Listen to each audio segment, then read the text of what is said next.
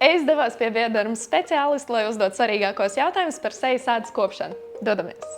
Īstenībā runājot par ikdienas rutīnu, mēs runājam par 4 soļiem. Tā būs ādas attīrīšana, ādas tonizēšana, jeb ādas pH līmeņa atjaunošana pēc ādas mazgāšanas, mitrinoša krēma lietošana un SPF aizsardzība.